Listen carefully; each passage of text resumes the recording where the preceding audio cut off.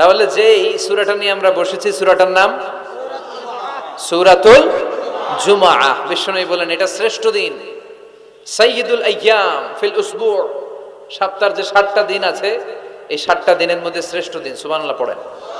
এর কারণ কি?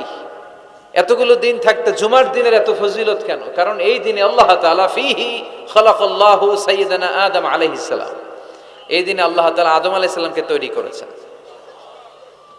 ফিহি আহবাতাল্লাহু তাআলা আদম মিনাল জান্নাহ ইলাল আরদ, এই দিনে আল্লাহ তাআলা সাইয়্যিদানা আদমকে জান্নাত থেকে দুনিয়ায় পাঠিয়েছেন। আল্লাহু আকবার। ফিহি তাকাব্বালাল্লাহু তাওবাতা আদম, এই জুমার দিনে আল্লাহ সাইয়্যিদানা আদম আলাইহিস সালামের তওবা কবুল করেছেন। ফিহি কুবিদা রূহু আদম, এই জুমার দিনে আল্লাহ তাআলা সাইয়্যিদানা আদম আলাইহিস সালামের রূহ কবজ করবেন। ওয়ালা তাকুমু সাআতু ইল্লা ফি ইয়াউমিল জুমআহ, আর জুমার দিন ছাড়া কিয়ামত অনুষ্ঠিত হবে। তাহলে জুমার দিনের আলাদা স্পেশালিটি আছে না নাই?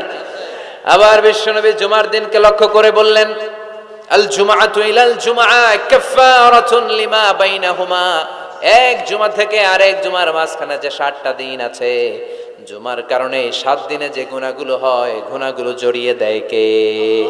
রজব শাবানে বরকতে দাও, রমজান মাসে গুনাহ ঝড়াও, সপ্তাহ জুড়ে তুমি বরকতে দাও, জুমার দিনেতে গুনাহ ঝড়াও, রজব শাবানে বরকতে দাও, রমজান মাসে গুনাহ ঝড়াও। পড়েন আমিন। এই জুমার মাধ্যমে বিগত সপ্তাহের গুনাহগুলোকে ঝরিয়ে আপনারা নিষ্পাপ করে দেয় কে? আল্লাহ। আর রমজানের মাধ্যমে বিগত 1 বছরের গুনাহ মাফ করে দেয় কে?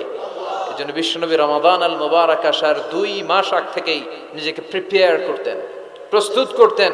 রজব থেকেই তিনি দোয়া করতেন, আল্লাহুম্মা বারিক লানা ফি রজব ওয়া শাবান ওয়া বাল্লিগনা রমাদান, আল্লাহ তুমি রজব শাবানে বরকত দাও, রমজান মাসে আমাদেরকে পৌঁছিয়ে দাও। পড়েন আমিন।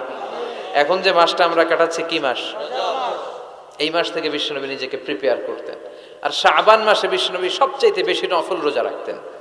যারা নফল রোজা রাখতে চান এরা শাবান মাসে রাখবেন। রমাদানের পরে যেই মাসে বিষ্ণু ইসা ইসলাম সবচেয়ে বেশি নফল রোজা রাখতো ওই মাসটার নাম হচ্ছে শাবান। বেশি বেশি নফল রোজা রাখবেন তো? আল্লাহ তুমি কবুল করো।